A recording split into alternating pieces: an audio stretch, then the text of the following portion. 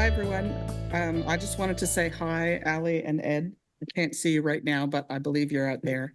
And I'm Winifred. I'm so pleased that you're here. And we're just waiting. Hi, Winifred. Hey, hello. G'day. Maybe I'll open the thing so I can see you. That's good. We're just waiting because we're in a room in a different building from our colleagues. So we'll see if people come, but we will be starting in a minute or two. And then we'll have you speak first, Ali, and then Ed, and then each of you guys will comment on the other person's talk, and then we'll hopefully have time for a Q&A. And of course, Ali, if you speak yourself for 1.5 hours, then we won't have any time for. Yeah. No, of course not. How long would you like me to speak? We'd like you to aim for 20 minutes and sort of blow out to 25. Yeah. Okay. But I know that you have a ridiculous challenge in communicating your whole book in 20 minutes. And so, yeah, however you frame it. And we're really looking forward to your talk as well, Professor Aspinall. Thanks so much for coming along. Speaking to the barbarians in psychology for the most part. And, that's certainly not how I feel about it. Quite the reverse. Good to hear. Good to hear. What time is it? Where are we at? 10 o'clock. Yeah. So I know that probably people will trickle in both online and in the room, but we are recording this session, aren't we, Christine? Yes. Yeah. So it'll be available for those that missed the intro. And what I'll do is I'll just minimize this so that we can go to the acknowledgement of country, which is our practice here. So I'd like to take a moment to acknowledge that we're here on the traditional lands of Aboriginal Australians. The University of Queensland acknowledges the traditional owners and their custodianship of the lands on which we meet. We pay our respects to their ancestors and their descendants who continue cultural and spiritual connections to country. We recognize their valuable contributions to Australian and global society. And some of us take note that sovereignty was never ceded.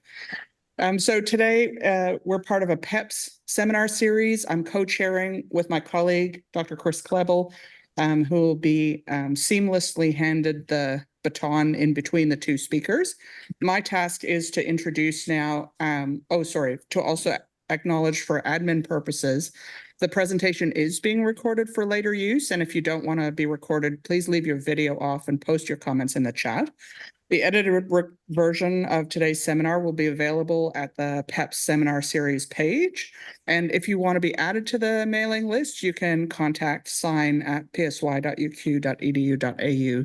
And this seminar series is sponsored by SIGN along with CRISP, the Social Change Lab, the Network of Environmental Social Scientists, and others whom I may have forgotten. It's my task now to introduce Professor Ali Moghaddam. Many of us know Professor Moghaddam's work, and he's been collaborating with many of us here in the school. He has a career going back decades and covering an immense sweep of empirical and theoretical genius. He's been working in the area of democracy for at least the last decade and published a number of books: The Psychology of Dictatorship, The Psychology of Democracy, Threats and Uncertainty, mutual radicalization when groups drive each other to extreme, and the most recent book, The Psychology of Revolutions. And I think you're going to speak from that, Ali, and so we welcome your insight. Over to you. Thank you very much, and I'm delighted to be with you, although the topic I am going to speak about is a challenging one and in some ways a depressing one. The story of why I wrote this book goes back to 1979 when I was a student in England and the revolution was taking place in Iran in 78, 79. And I rushed back to Iran and my hopes and aspirations were very similar to millions and millions of others who wanted a freer Iran, a more democratic Iran, and one that gave possibilities, opportunities to women as well as men. And initially, in the first year of the revolution, we had a really extraordinary time. There was a flourishing of arts, flourishing of publications, flourishing of all kinds of political activities, and women were completely free to participate. However, within a year, the hostage-taking crisis took place, the Iran-Iraq war started, and these incidents were used by the extremists who were a minority. The extremists following Khomeini were a minority, just as the Bolsheviks had been a minority in 1917. So within another year, by 1981, the extremists had taken over and basically smashed any opposition from moderates, from more democratic-minded people. And after about 5 years of struggles in this context, I decided to leave because it seemed that the struggle for democracy had failed for now. And so one of the challenges I've been dealing with, sort of looking back on my life, is why did we fail? Why is it that revolutions often fail? There aren't many revolutions in history. They are quite rare, but those that do happen tend to move from one form of dictatorship to another. And I decided to study this and focus particularly on behavior. As a psychologist, that's natural. And I came, first of all, to the conclusion that what I call political plasticity is extremely important. Political plasticity is in what ways, how fast, and how much political behavior can change. And after studying political plasticity, I came to the conclusion that in some areas, such as leader-follower relations, political plasticity is very, very low. That is, change takes place extremely slowly and over very long time periods. For example, I believe that if you look back over the last 10, 11,000 years, when humans have been living in larger settlements, most of the time, leaders have been older males. And it's quite exceptional for females to come in as leaders.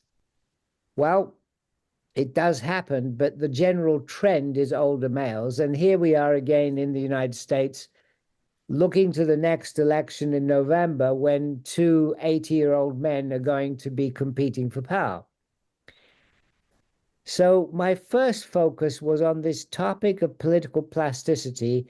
How is it that in some areas, including inequalities, if you look at inequalities between groups, you find the same consistency, the same resilience, so that now, according to Thomas Piketty and some other economists, we've now reached a situation where we're like the age of the pharaohs.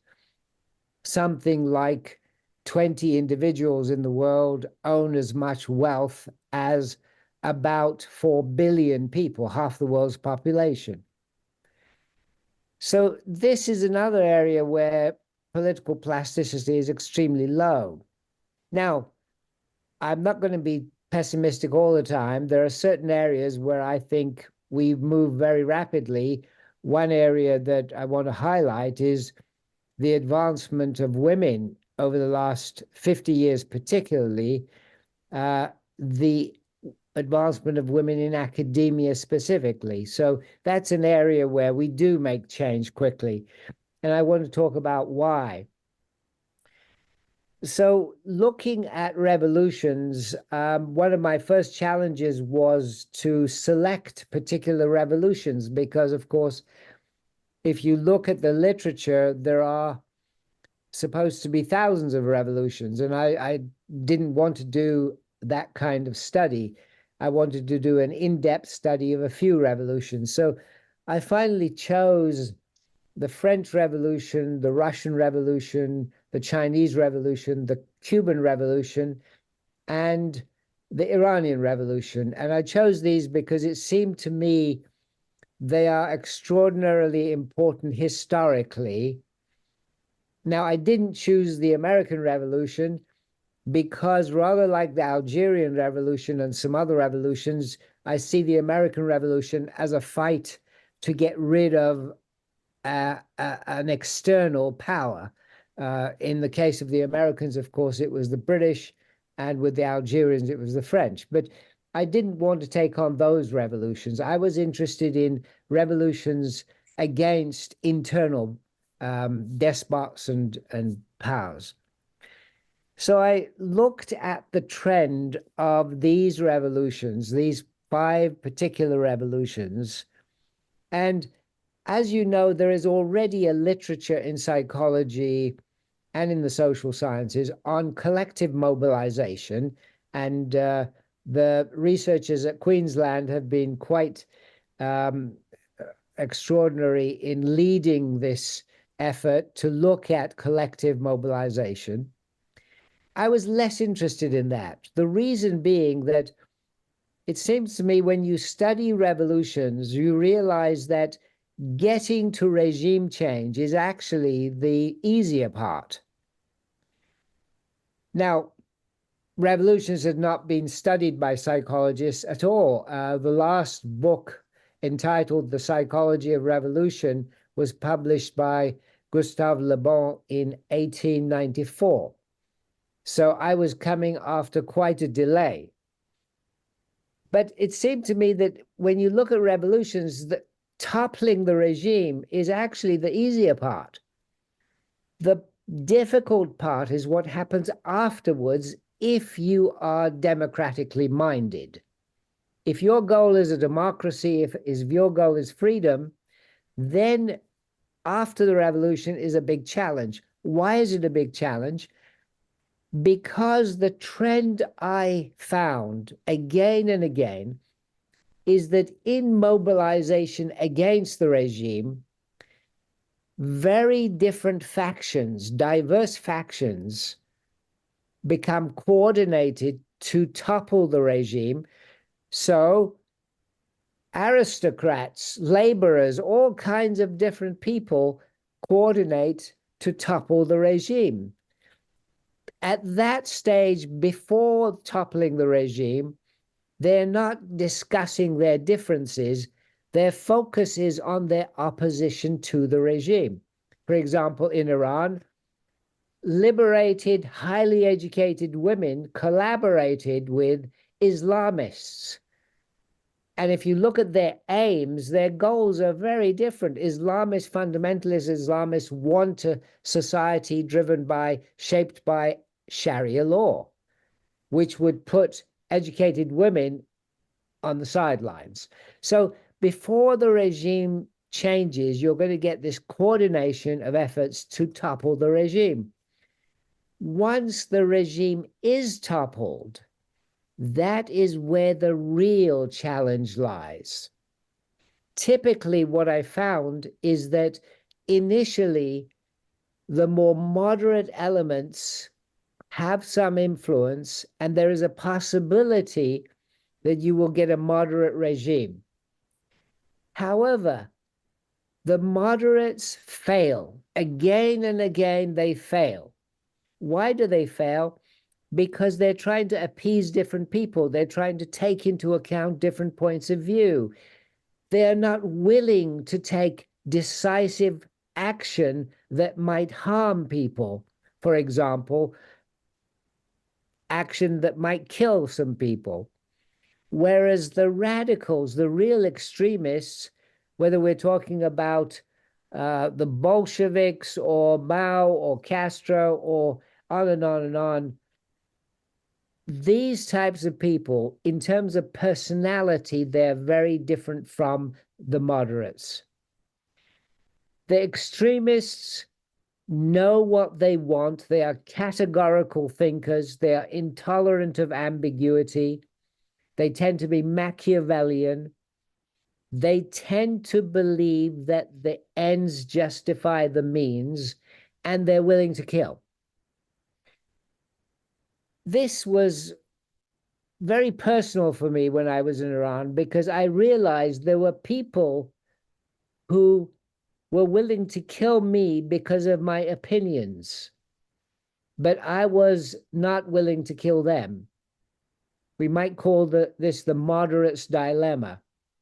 What do you do when there are these extremists willing to wipe you out, but your code of conduct tells you, no, you should not kill them? Again and again, after revolutions, you get this sweep of radicalization, and extremists take over, and they attempt to change behavior. And this again becomes very psychological. The Soviets actually attempted to use behaviorism, American behaviorism, as part of their efforts to create the Soviet citizen.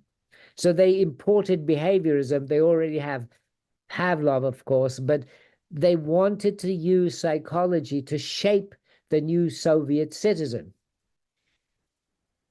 However, what we find is that the radicals again and again overplay their hand.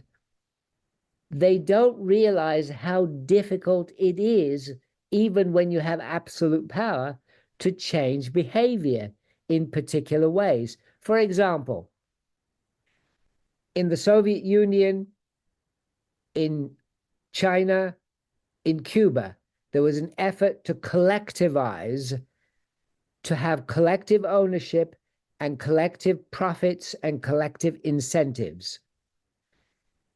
We can see that in the case of the Soviet Union, it didn't work. The Chinese have basically given it up and taken on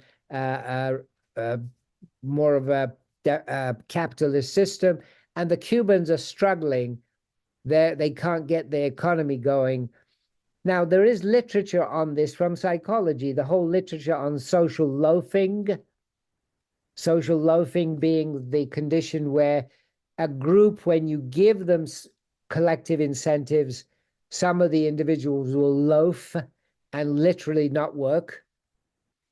However, there's also a literature on social laboring, which focuses on the conditions in which you can get people to work harder through collective incentives.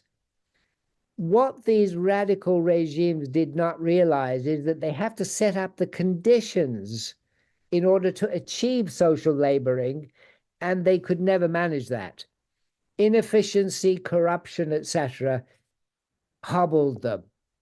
Another theme I found in revolutions is that once you get the extremists in power, because they insist on absolute power, we go back to the adage, absolute power brings absolute corruption. And there is psychological evidence for this as well. In experiments, when you give one person absolute power, corruption seeps in. So what I've found is this trend of revolutions overtaking the moderates, bringing in radical approaches to changing behavior, such as, in extreme cases like the Khmer Rouge, emptying cities because they thought that you couldn't change behavior properly within the city. You had to throw all the city dwellers into the countryside and they would naturally change. Well, a lot of them died.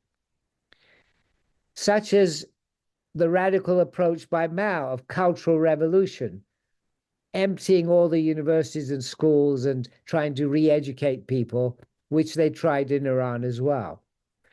So these radical approaches have failed to bring about the kinds of societies that the extremists attempt to achieve after coming to power. And the final point I'll make is that ultimately, revolutions are about psychological change. First of all, you have to mobilize people, change people so they will sacrifice to topple the regime. After you get into power, you have to change or try to change people's behavior in order to move towards that ideal society, whether it's a classless society or an Islamic republic, whatever it is. You're trying to change behavior to reach that goal.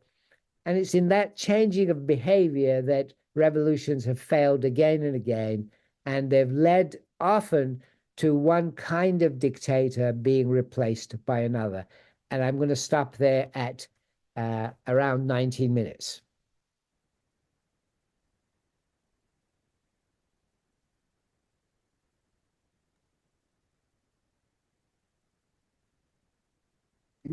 Thank you so much, Ali, and we'll all have a round of applause there.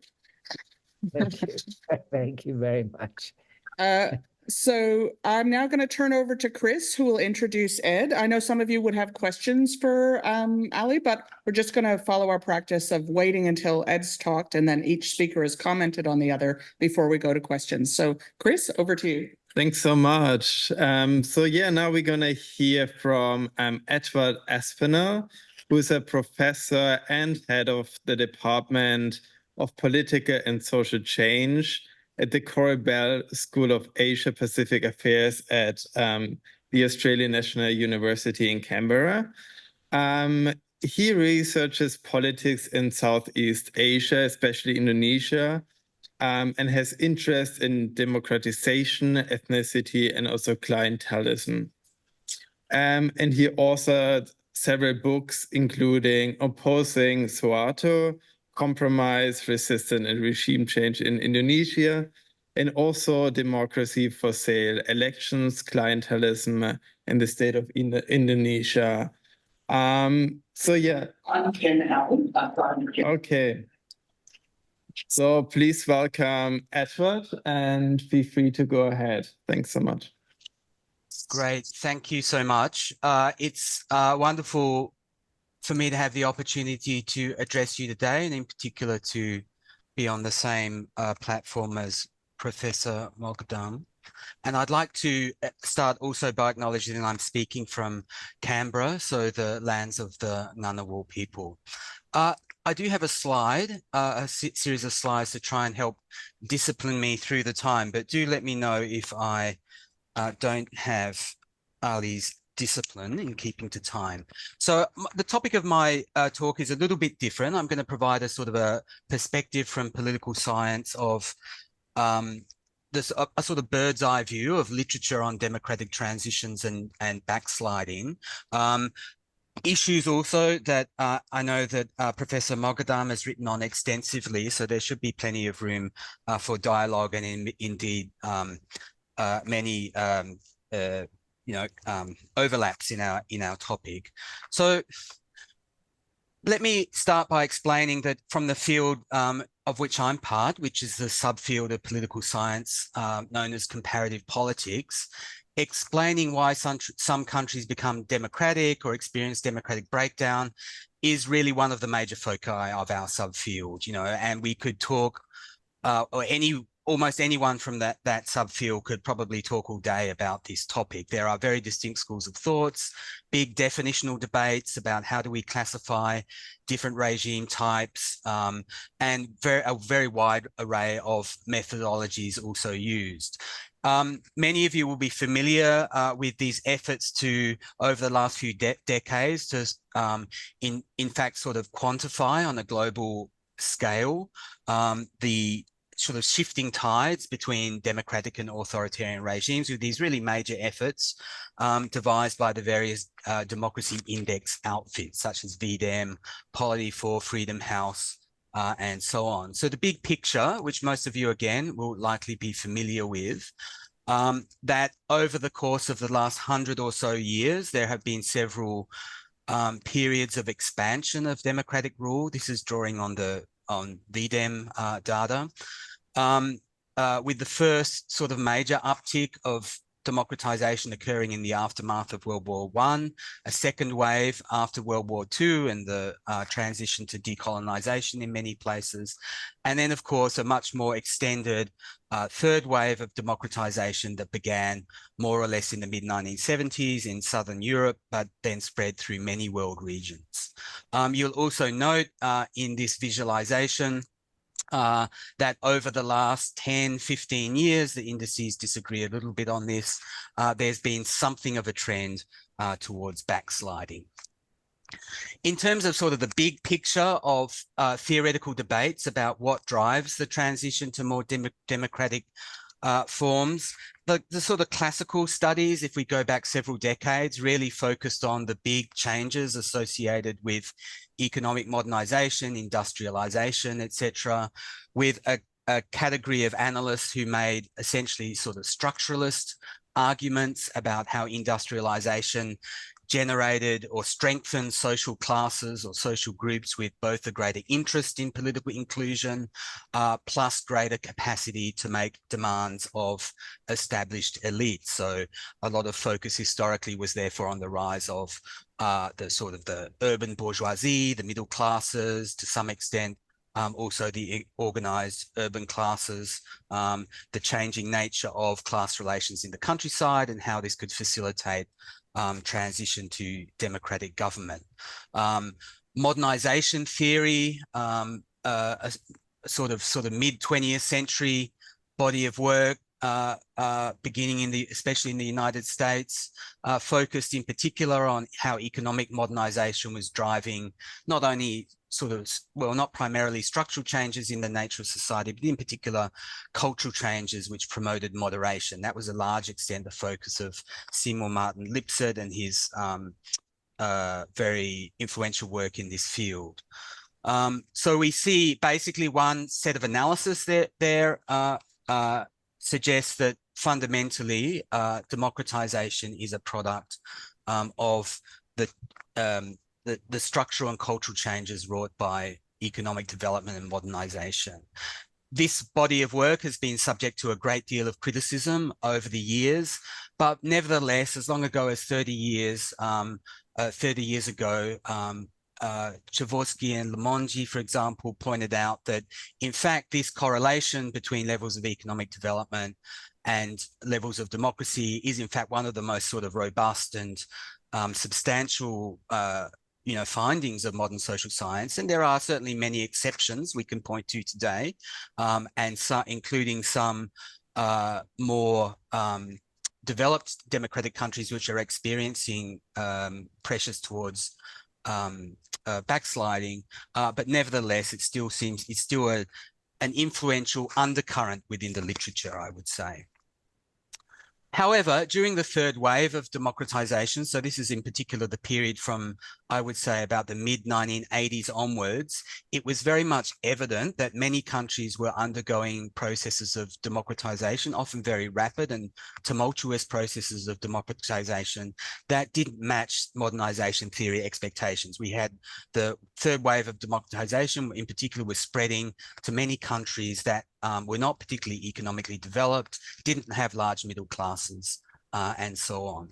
In response to this trend, there was a shift in the focus of a lot of the scholarly literature on viewing democratization processes as these much more fluid processes of political interaction between major social and political groups, and a great deal of emphasis on the agency of the key political actors in democratic change. So in particular, especially drawing on the work of scholars such as O'Donnell and Schmider, who did this very major series of studies of democratization in the late 80s, many scholars came to see democratic transition as occurring fundamentally as a result of an outcome of what they called a four-player game. That is a series of interactions between groups within the regime and outside the regime within the opposition, who could schematically be divided on both sides into two: the regime hardliners, the regime softliners, the opposition moderates, and radicals. And we can see already some resonances with Ali's talk just now. According to Huntington, for example, These patterns of interaction gave rise to three main pathways of democratization. Namely, if the regime softliners, that is those people who believe that in order for the regime to survive or at least to maintain the social, economic development benefits that it had brought about, that they needed to change the character of the regime, that if those regime softliners were very strong, we could see a gradual process of opening and a slow process of democratization. Taiwan, for example, would typically be seen as a classic example in this vein. Replacement patterns of democratization were those which were led from below and that therefore tended to favor or involve a very high role by opposition radicals, those who believe that democratization or regime change required confrontation, often in the form of mass mobilization, even in the form of armed confrontation with the regime. And for some of the reasons we've perhaps already heard about, this tended to be the rarest form of democratic regime change. And even when it was successful, often authoritarian regimes would be replaced by a successor, a different version, a different form of authoritarianism. So therefore, the most common form of democratic transition that was identified during this period tended to arise as a result of interaction between and compromise between opposition moderates and regime softliners. And it was in those sorts of circumstances that we could begin to see a sort of a compromise being reached between forces of the outgoing regime and incoming elites, political leaders, and so on, in ways that would not bring about the sort of stresses that would be associated with a revolutionary process of change, but also that would not involve or risk the spark of a backlash from regime hardliners. So most democratization, therefore, occurred as a result of a process of bargaining and compromise.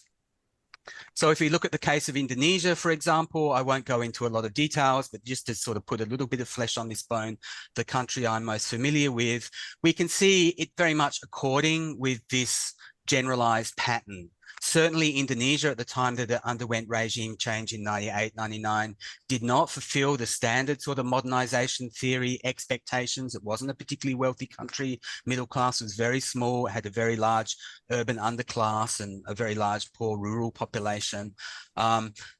Nevertheless, it was a process and it was very much a process of regime change that was driven by below an economic crisis, leading to a process of very sharp escalation of societal mobilization against the regime.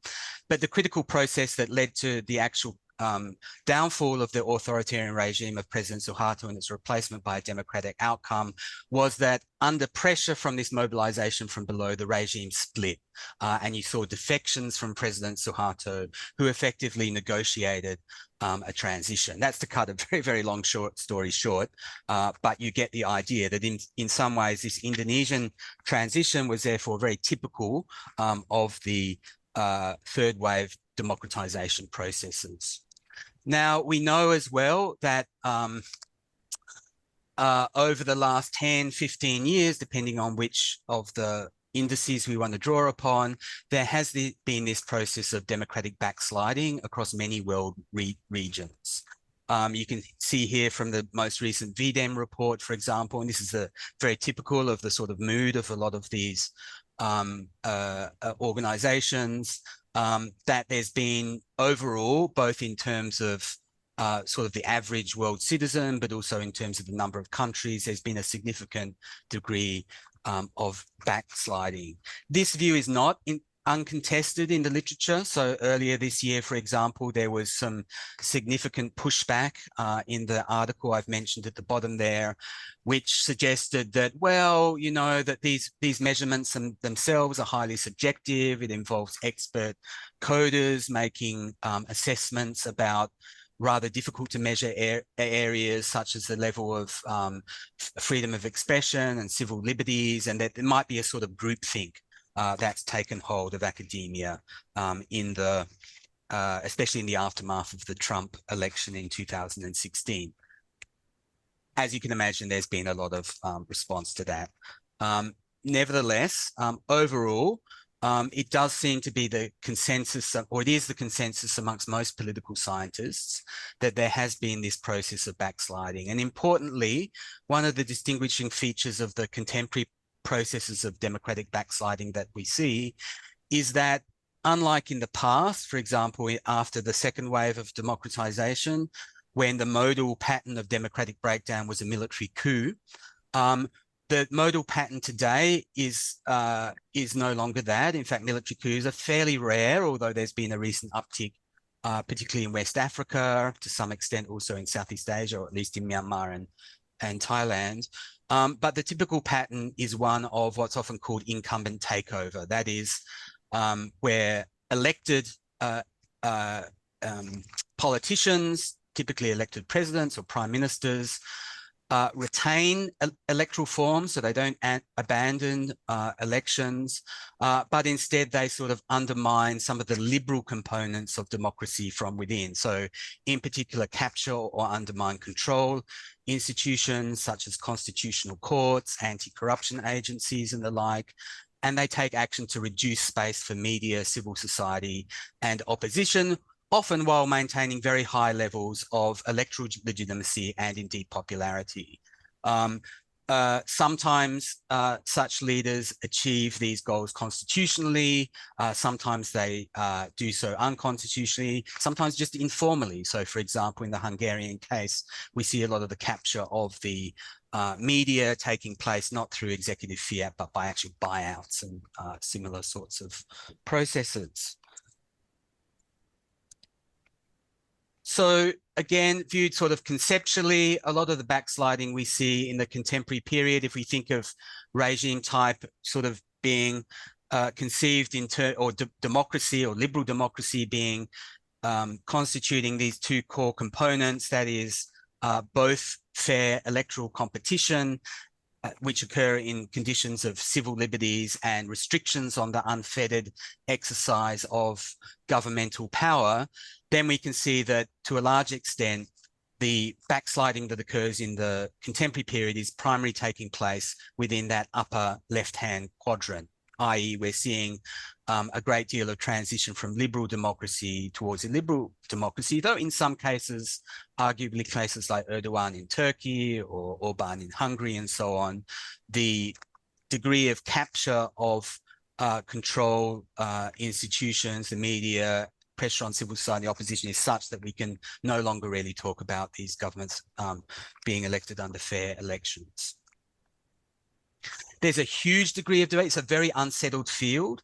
So there's a huge degree of debate in the political science literature about the drivers of this change.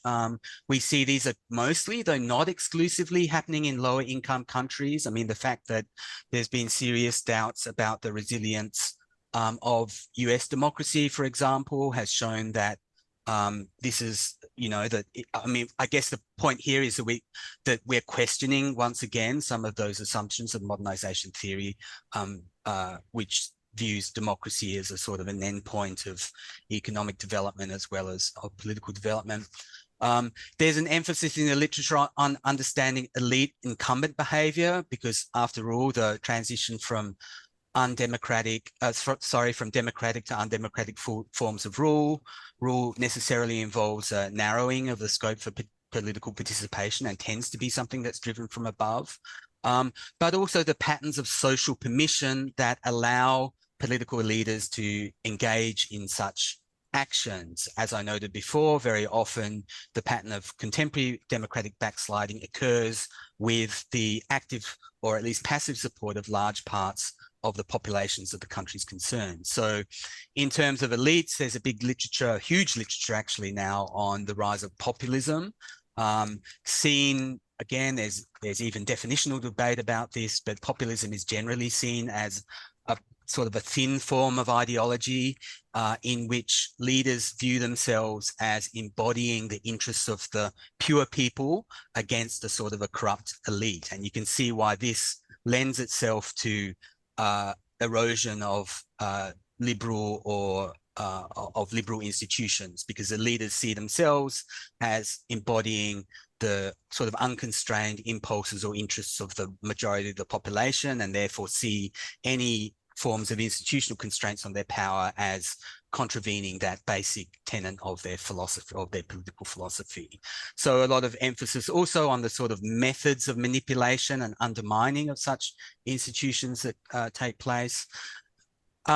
Those scholars who focus more on what's going on at the level of mass opinion and mass political behavior emphasize developments such as the long-term breakdown of established party systems, the loss of trust in established political institutions, which makes people more liable to support anti-system populist leaders such as Orban or Trump and so on. Many scholars link these to wider processes of social transformation, especially those associated with neoliberalism, deindustrialization, at least in some countries. This doesn't work everywhere.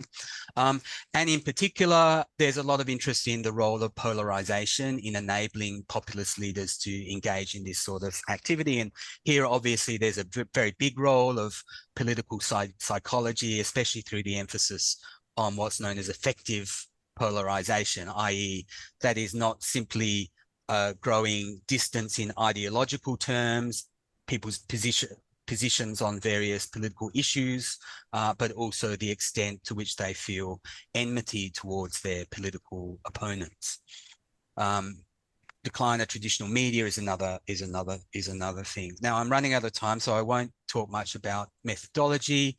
Just to say again, just to sort of ground this in the case I'm most familiar with, Indonesia, it very much has been very typical of this pattern of sort of post-third wave democratic decline, where we see both a sort of a general slow but a decline of democratic quality, but one that's happened in fairly subtle ways, such that even specialists on Indonesian politics debate the extent to which Indonesia's democracy has declined.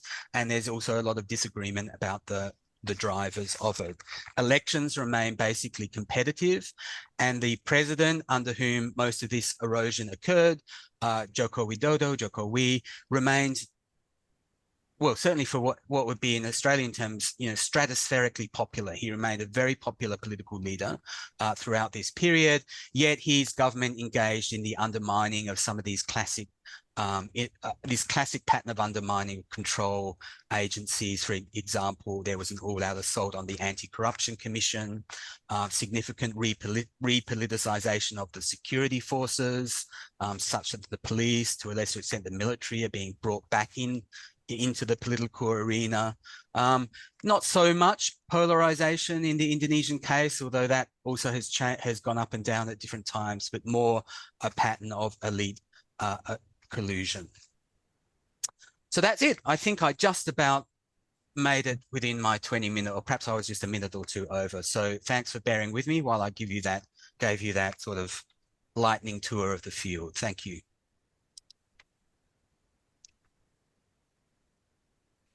Okay, thanks so much, Professor Aspinall. So we go now towards each of you giving each other like a short, maybe reflection of your talks, and each of you should talk like roughly just 5 minutes. And we're gonna start with Professor Moghaddam. Thank you very much, Ed. I learned a great deal and valuable indeed. I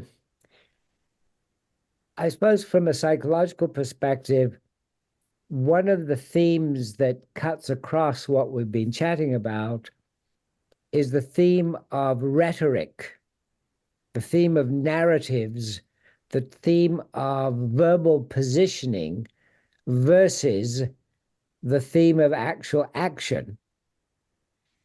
And I'm reminded of the great elite theorist Vilfredo Pareto, who argued that all societies are governed by elites, but they present themselves under different narratives. Right. Now,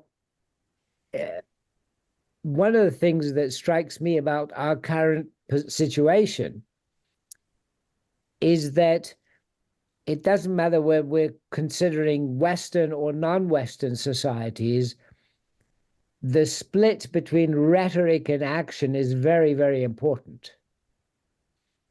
And rhetoric also includes, for me, images that people have, the pictures that they have of society and of revolutions. Now, my focus was much narrower than yours. I was focused much more on revolutions. But it strikes me that, for example, in the United States, I'm often criticized when I say, oh, I didn't take the American Revolution. And people say, well, that was a great revolution and it brought enormous changes. And well, it did bring enormous changes, but when we look at the details of the American Revolution, it expelled a foreign elite and brought into power a domestic elite. It gave the vote to free men, not women, not slaves. And this is, of course, exactly what was happening in Athens 2,500 years ago.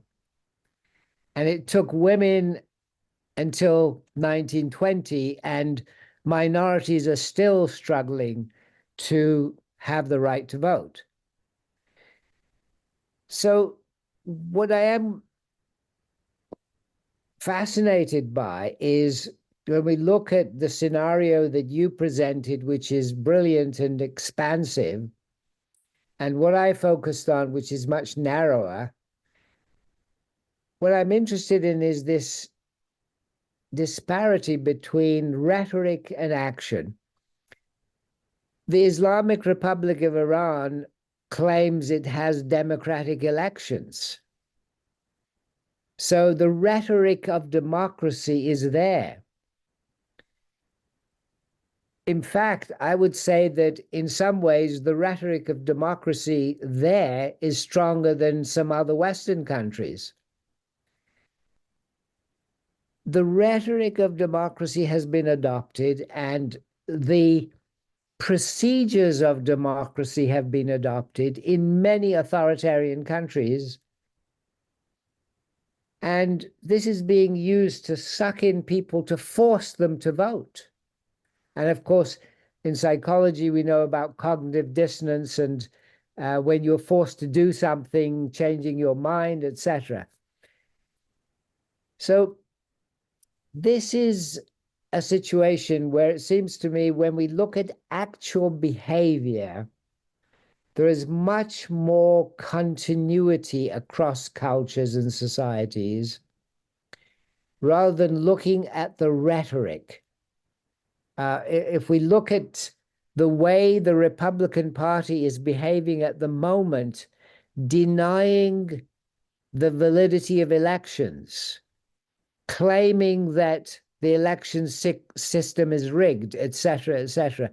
Now, that is very close to some of the authoritarian regimes if they want to undermine their opponents.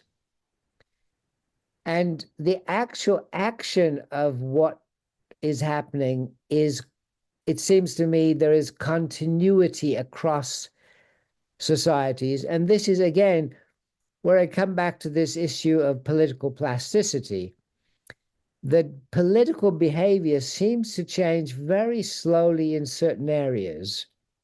And I would go back to elite theory and Pareto, that his claim that elites rule using different fronts, that seems to me to be a very strong claim at the moment. And of course, my last point, this cyclical view of history, that there are repeated trends in history rather than progress towards what the left wing would say is an ideal of the classless society, and the right wing would say, you know, the end of history thesis and liberal capitalism. So that is a very powerful theme, I think, that crosses what you have been explaining so brilliantly and what I've been saying. Thank you. Wonderful. Thank you. Should I go straight into it? Yes, absolutely. Excellent. Thank you. And thank you very much for those comments, because they zero in on exactly what I was thinking about while hearing your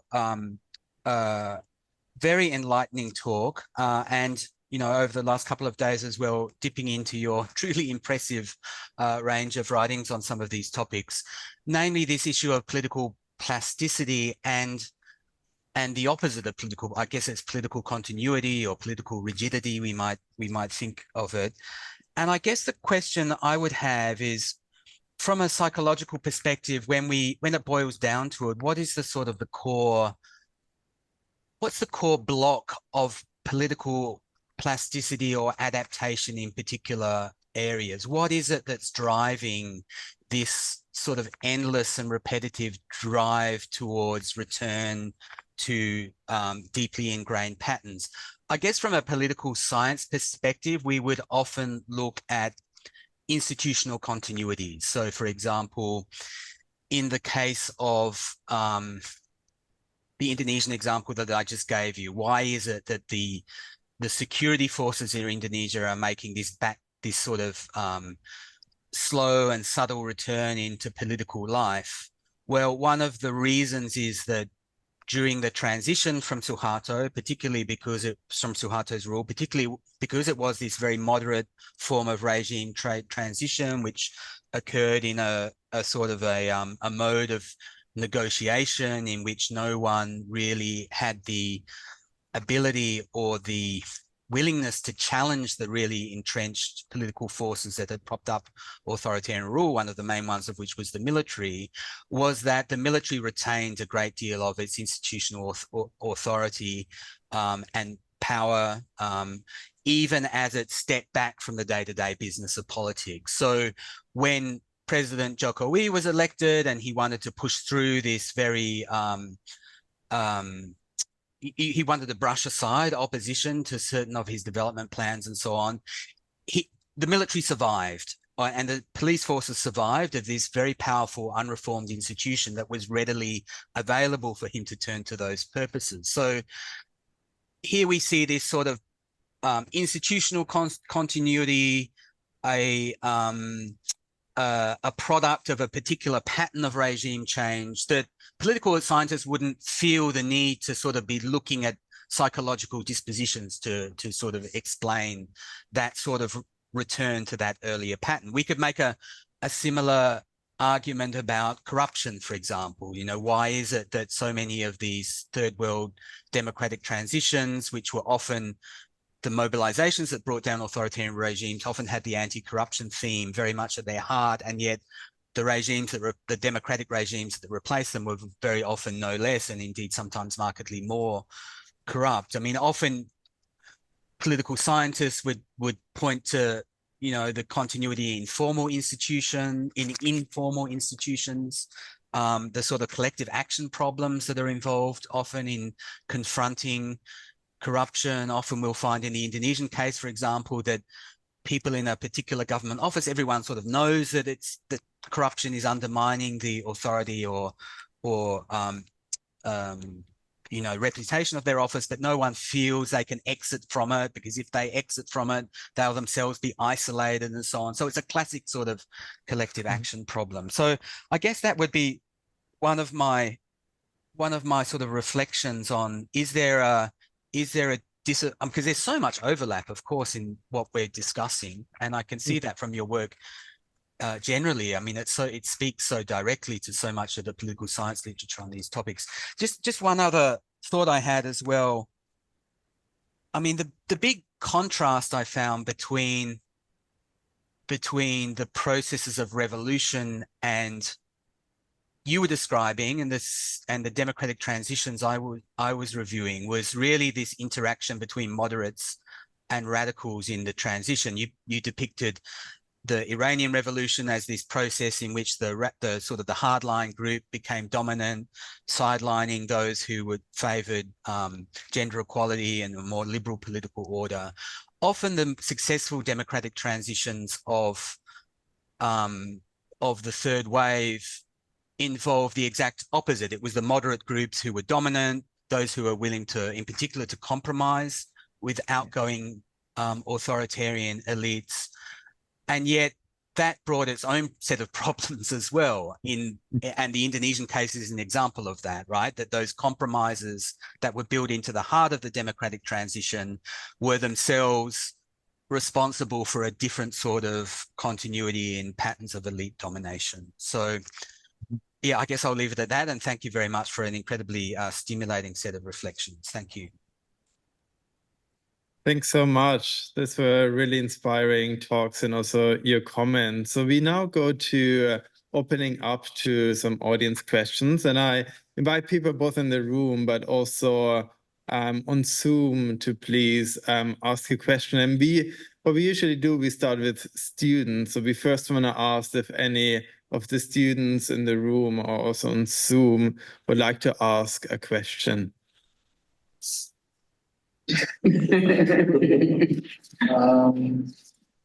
Sure, I think I might have a question. Ali, it's Cal.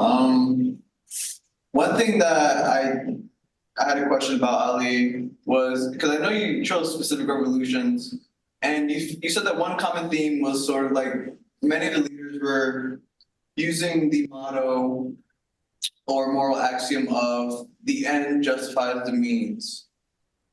And some people might argue that might be the actual problem, that the means weren't matching the ends in creating the next world that they want to.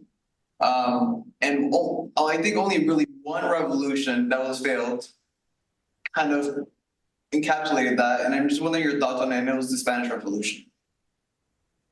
So I'm wondering what your thoughts on that, and I guess it's sort of touching on like, because you also talk about leader-follower relationships, and there are different types, and the main one you're looking at is a more authoritarian style of leader-follower relationship. Instead of it was more of a vertical leader-follower relationship rather than a horizontal leader-follower relationship. So I just wonder your thoughts on that.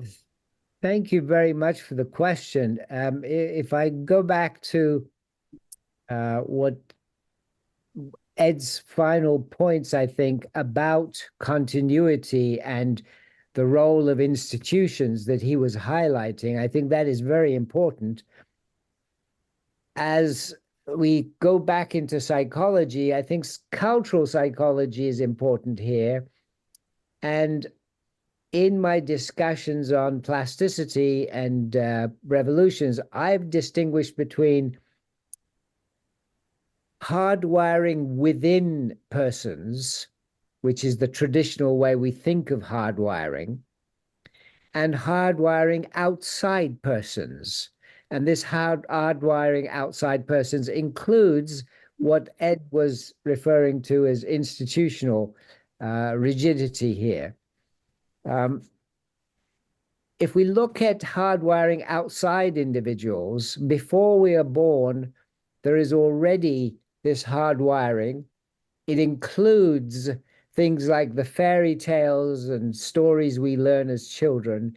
It includes the building. The built environment is very important. It constrains our behavior. It constrains change. And the Soviets tried to grapple with this. How do you change behavior, for example, in families when you're stuck with this rigid architecture? The hardwiring outside us includes the structure of cities. That's why the Khmer Rouge tried to kick everybody out of cities. So this hardwiring is part of what leads to continuity in behavior. And it is extremely powerful, and we overlook it. We overlook it. And it includes leader-follower relations. One question I raise in the political plasticity book is, why do we still have leaders? We have the technology to include tens of millions of people in decision making. There is already a movement, there was, and it's still going, public participation in planning. Do we need to build a road here? Ask people. But we don't use that technology. Should we invade Iraq? We could ask everybody in America, should we invade Iraq or not?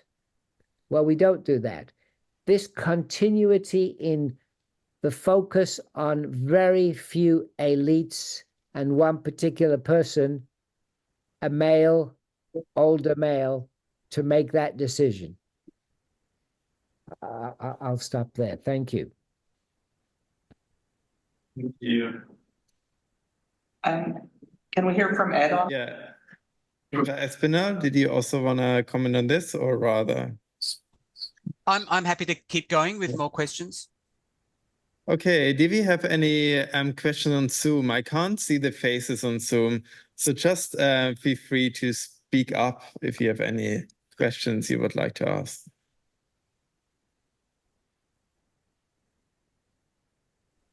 So maybe in the minute, yes. Yeah. I was just going to say, I'm not a student, but I do have a question. Can I ask? Okay. Hi, hello. My name is Angela. I first want to say thank you for your presentations. I also want to say this is not my area at all. I'm in environmental science, but I'm really interested in this topic.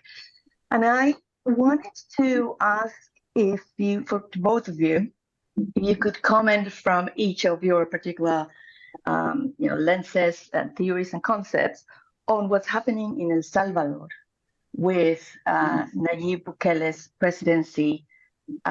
He came to power through a democratic process and has been very controversial in terms of what he's doing. He seems to be, displaying these characteristics of more of an autocratic government, very much,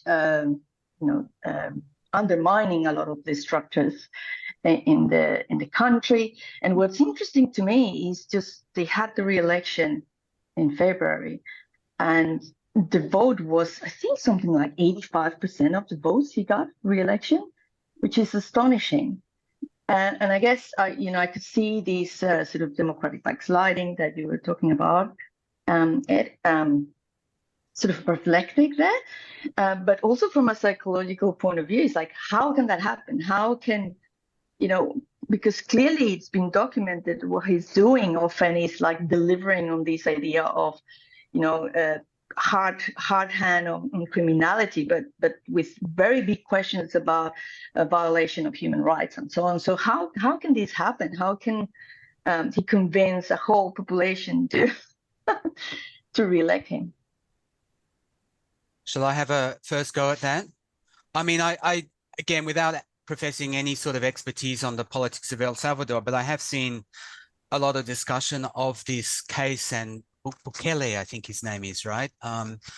As very much falling into this category of populist leaders. And in fact, there's a literature in this field of the studies of populism of that subgroup of these populist leaders who are sometimes called penal populists. That is, these are populists who build their reputations about a no-holds-barred crime-fighting approach. So we've seen several of these in Southeast Asia, for example. So both the former Prime Minister of Thailand, Thaksin Shinawatra, and also even more famously, the President of the Philippines, Rodrigo Duterte, were very similar in style. I mean, I think the Philippines was incredible, actually. I mean, so basically both leaders authorized the police and various informal militias to use extrajudicial killings on a really wide scale of persons who were allegedly involved in either the drug trade, or in many cases were accused just of being small-time drug users. But of course, then with all sorts of spillover effects, with violence also being used against various political rivals and other people who are viewed as, you know, undesirable by local police commanders and so on. And so one of the arguments made is that populist leaders are often much more successful at undermining democratic institutions in conditions in which they are seen as being particularly successful at overcoming crises of various kinds, right? So in the El Salvador case, I'm assuming there was a widespread assumption that criminality had reached crisis proportions. There was a belief of that in the Philippines and Thailand, although if you look at the sort of comparative international crime statistics, it seemed to be a belief that was itself a product of political framing and manipulation. But it does seem to be that the El Salvadorian experience does fit within this much broader category of cases of successful populist leaders who are particularly violent in their approach in dealing with crime, but also particularly far-reaching in terms of the extent to which they then undermine democratic processes, not only in terms of executing a war on criminality, but also in other ways as well. But as for psychological explanations, of course, I'll surrender to my colleague, Professor Moghaddam. Thank you very much. That was wonderful. The only thing I would add to that is that I think it's important to focus on actual behavior and not rhetoric in these regimes. For example, I taught in Caracas some time ago, and this was in the transition from a sort of democracy to a sort of dictatorship. And what I noticed was that a lot of the behavior that was supposed to have become democratic was actually a continuity from the dictatorial days, but the rhetoric was different. So that's the key difference there. Thank you. Thanks. Thanks. I actually have a question myself I would like to ask. So Professor Moghaddam, you said before and just now, there's this difference between rhetoric and the actual action. We can see in a lot of countries, and even countries that have been authoritarian for a long time, that they claim there's some kind of democratic process. So they talk about election. And my question, I guess, is it not also some good news in some way? Because doesn't it mean that the general public globally actually does, I don't know, favor or at least view liberal democracies in a positive light? Well, I think I'd ask Ed to answer that, actually. He's more appropriate for that. To both of you, the question. So, I mean, I would basically agree with the input, with the sort of the assumption underlining the question, in that there is a sort of a global hegemony of democratic rule that makes out-and-out authoritarian alternatives very rare these days. You know, so for example, military rule becoming much rarer than it previously was, and even when we do see military coups taking place, very often they claim now to be just having a sort of a temporary caretaker role until they're able to implement the next set of elections. I guess the downside of it is we do get into this sort of grey area and this sort of confusion of political action and rhetoric of the sort that Professor Moghaddam's been talking about, where every sort of infringement on the rights of either particular minorities or the population as a whole then gets justified as being in the name of the people. I mean, the one, though, having thought about that as well, I mean, the other interesting component or consequential component of this is that part of the transition I talked about before is we're now seeing a transition not towards out and out authoritarian regimes in which electoral participation is prevented, but to these more sort of hybrid forms in which there is still some degree of competitive elections while very illiberal leaders remain in place. We can see in the case of recent near misses like Turkey, or indeed recent cases in which long-standing authoritarian electoral regimes have been overturned through elections, such as Malaysia, that often at least the retention of elections, even if they're rather undermined in these semi-authoritarian settings, does provide an additional avenue for peaceful regime change. That in places like Hungary, Poland, and so on, it's not unimaginable that there's a pathway for a return to a more democratic arrangement via elections, and that therefore these much more costly and dangerous pathways to democratization are not the only sort of choice that's available to people. Sorry, that was a bit of a meandering response, but I think I got No, that makes a lot of sense. Yeah. Thank you so much. Yes, Winifred. I'd like to focus some conversation on the pathway towards democratization, and in particular, I'd like you guys to reflect on the kind of alignment and difference between groups and institutions, because for me, part of what I see happening with your language of political plasticity in particular, Ali, is we're really talking about normative systems of behavior and rhetoric. And I think of the tendency to have fake elections as a kind of hypocrisy situation or clash between injunctive and descriptive norms. So when we've studied it in psychology, the reason why groups allow long-running discrepancies where we have an injunctive norm that we're not honoring, for example, equality with Indigenous Australians, or in some societies, there's a kind of lip service paid to equality for gender, but it's not reflected in shared power. The reason why we have those long-running discrepancies is that each norm is kind of serving a function. So the descriptive norm of sexism and racism allows us to keep our power. And the injunctive norm is doing something, which I've really been thinking about. What the heck is it doing? Why are we embracing these norms? I mean, can you reflect on that? Because there's obviously two different alternatives or tracks. One where the persistence of this false hypocritical rhetoric legitimizes the dysfunctional and unfair power inequality and allows it to intensify, provides a cloak to it.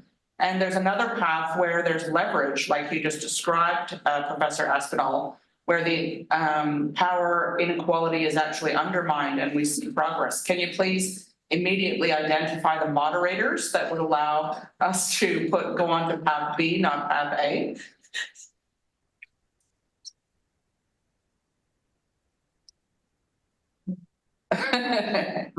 Okay. I tend to be closer to Pareto's analysis on these issues. It seems to me that the motivation to retain power or to grab power is the key issue. And whether we use one particular set of norms or another is secondary. And it's a situation where those who are highly motivated to have power, they are also highly motivated to use any means necessary. And this is an important point because it means that moderates are often shunted aside, and it doesn't matter which set of norms are being discussed or put forward as part of the justification. The moderates, in terms of their personality, in terms of their behavioral style, they are not willing to use the norms that you've referred to as tools in order to justify their power.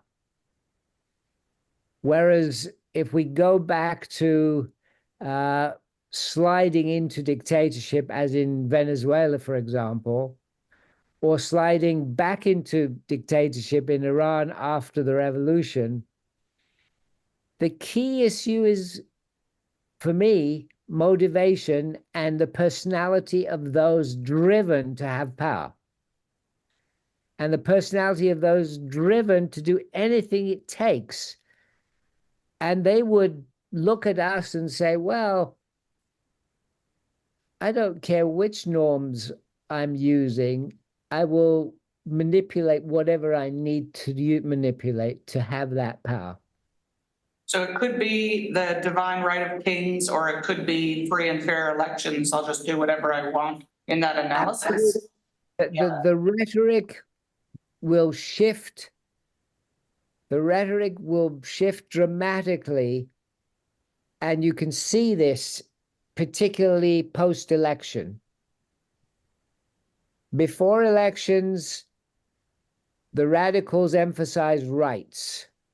After elections, they emphasize duties. You have the duty to follow orders. Ed. Yeah, I mean, yeah, let me take it from a different sort of an angle and think about the perspective of ordinary citizens, and think either in an authoritarian setting or in a sort of weakly democratic kind of context. I mean, I think often the problem is not so much the sort of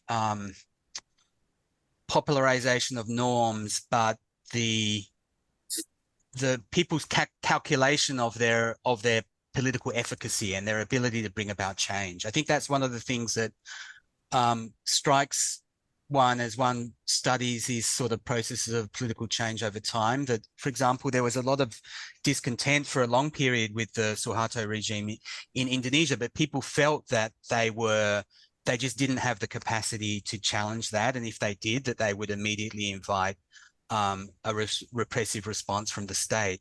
As the economic crisis hit in 97, 98, you could almost see people sort of recalculating those odds and the risks that they would run by taking political action in real time.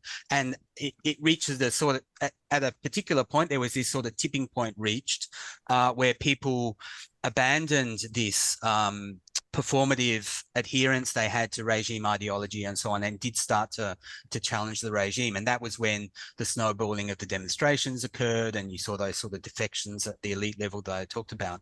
But think of another example as well, and here I would just reference some of the research I've done on Indonesian democratic or electoral politics in the post-Suharto period. And one of the big puzzles we have there is that there's a lot of corruption in the electoral system. For example, massive levels of vote buying. And citizens often know, right, that if you vote for someone who is engaging in vote buying, the chances are that they're not going to feel any sort of obligation to deliver to you after you've supported them. And in fact, one of their main motivations or the sort of the main impetuses they'll have for political action after being elected is they'll be trying to recoup their investment, right? They'll be trying to, and to do that, they engage in corruption. So when you talk to I mean, there's often assumptions amongst sort of big city people and middle-class anti-corruption reformers and so on, that we just need to raise awareness amongst the population about this problem. But in fact, people often know that it's a problem, right? But they feel that in conditions where others are voting for these sorts of candidates, they won't get any benefit if they vote for the clean candidate, or the candidate they know is not going to be participating in these sort of processes, because they feel that person won't win anyway. And even if they do win, they'll be completely politically isolated. So in those conditions, why not take the money and support this more corrupt candidate? Because at least you're getting some sort of a short-term benefit. And the irony is, when we talk to the politicians themselves, they often feel trapped in a very similar sort of a cycle, right? That they say, well, we know what we're doing is not really good, and I'm risking my money, and I might not get elected anyway. But if I don't do this, I'll definitely lose because my competitors are doing it. So in that case, there is a sort of a norm, but it's a norm that's not constructed so much in terms of people sort of conscious acquiescence with a set of justifying beliefs, but it's more a norm that people don't see a way of escaping it through their individual sorts of actions. And I think it's often the way to, I mean, the trick in sort of designing political and trying to realign rhetoric and political action is how to escape those sorts of traps, I feel. Yeah. And what's the answer there, Professor Aspinall?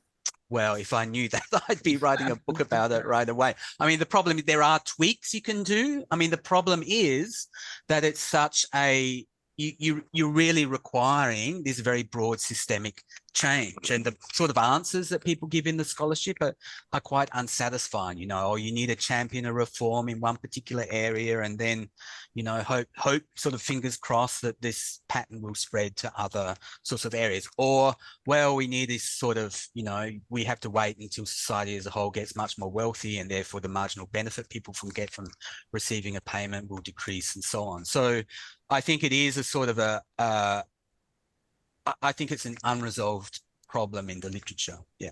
Yeah, I'm writing a book on the psychology of system change, and Ali is the editor. So wonderful. Answer in a year, but I'll stop talking now to let other people ask their questions. Thank you. Thanks, Winifred. Do you have any more questions? Also, again, on Zoom, just feel free to speak up. Do you have any question?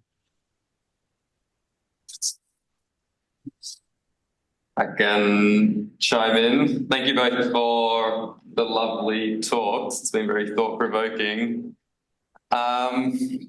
Just been, maybe this is something that was triggered in my mind from your presentation, Ali.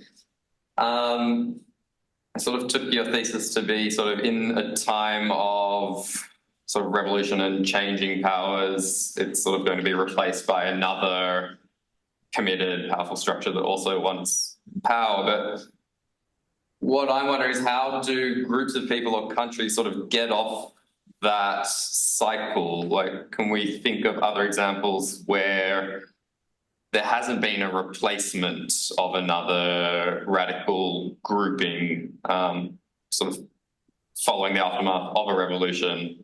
I'm struggling myself to think about an example because I haven't thought about it too deeply, but if you can think of a context where, and maybe why that country or group didn't follow the same pattern, or is it that where every sort of authority is in these cycles and we're just taking a snapshot, and sometimes we're in an authoritarian structure and other times we're not, but eventually we will go back there? Or is there this moment where there's going to be a clean cut and we'll never return to that system? That's a great question. My sense is that change in behavior, the kind of change that is needed to move from one type of political system to another, that behavioral change needs a lot of time. And often after revolutions, the real radicals will not allow that. They will not give time. This is what I definitely sensed in Iran, and looking at other revolutions from the French onwards, I had the sense that if there had been more time, the kind of gradual transition that is required might have taken place. But what happens is you suddenly get the terror, you suddenly get Robespierre, and you suddenly get eventually Napoleon declaring himself emperor. Or you get a faster shift from the Shah to Khomeini or Castro or whoever is coming next. So part of this, as a psychologist, I would say, is a matter of changing behavior and the time it takes to change behavior.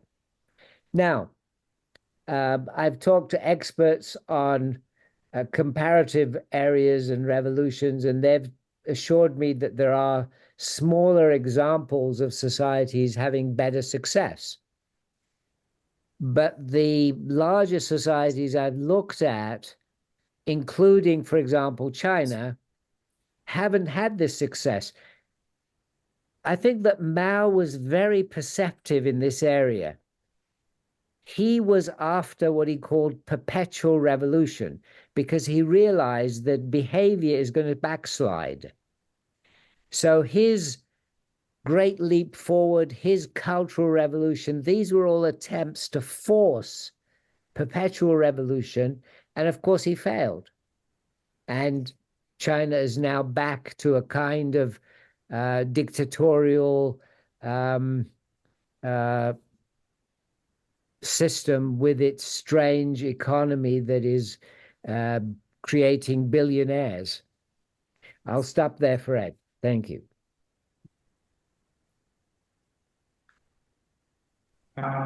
Okay, so we maybe have time for one more question. Anyone has a question? I'm curious as to how you folks see the relationship of democracy to environmental sustainability. For many of us, one of the fascinating and disturbing aspects of contemporary society is our failure to engage the perilous destruction of biodiversity and all the interrelated challenges of the environmental, misalignment.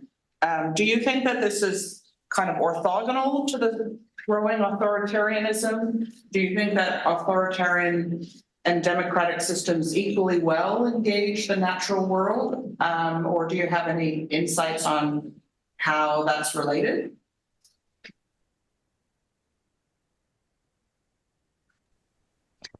Some quick thoughts, and probably not very collected ones. So I think there is obviously a sort of a systemic problem in democratic regimes in that, a sort of a misalignment between the electoral cycle and the sort of cycle of, environmental destruction. That is, obviously highly problematic for, avoiding very adverse environmental outcomes. And we see the evidence of that everywhere. I guess the difference, the reason I think democratic regimes over the long term should be better than at addressing these issues than authoritarian ones, is that at least they provide the space, or should do, for activism, mobilization, and interest-based politics to address environmental issues. But that then comes back to the character of the society involved, the degree of concern about those sorts of issues, which is again related to its level of economic development and so on. There are certainly then some of these particular problems of particular kinds of democracies where environmental justice or environmental protection becomes particularly problematic in these sorts of patronage-based democracies, such as we find in many parts of the global south, for example. In cases like, you go to heavily forested parts of Indonesia, you'll often see the sorts of local elites who have the economic resources to get elected in local government and therefore have control over forest resources, are precisely the people who are themselves profiting from illegal deforestation and the rest. So, yeah, I feel that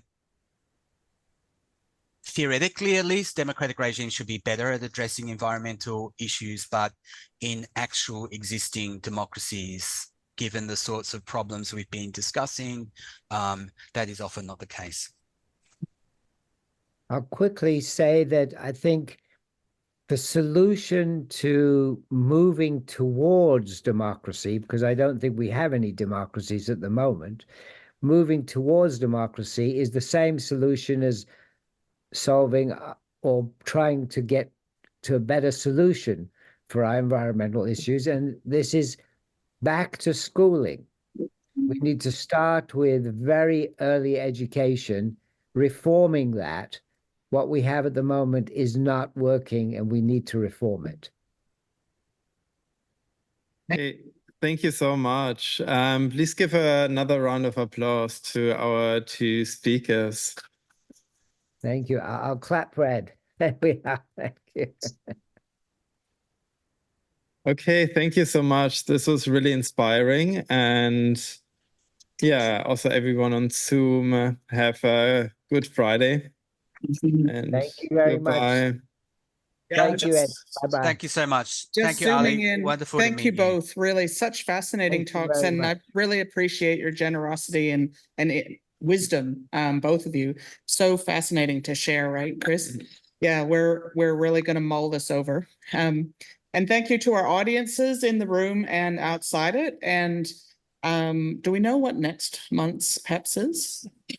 Next one is in August. Oh, right. Yes. So next month, just for everyone's reminder, including my own, we will be on holidays. And in fact, we're restarting in August when we'll have two. One's on the reform of the financial system and environmental climate change action with Safira from the business school, as well as market forces, an institutional investment environmental activist group. And then ANU is hosting the PEPSS, and their topic is system change something, right?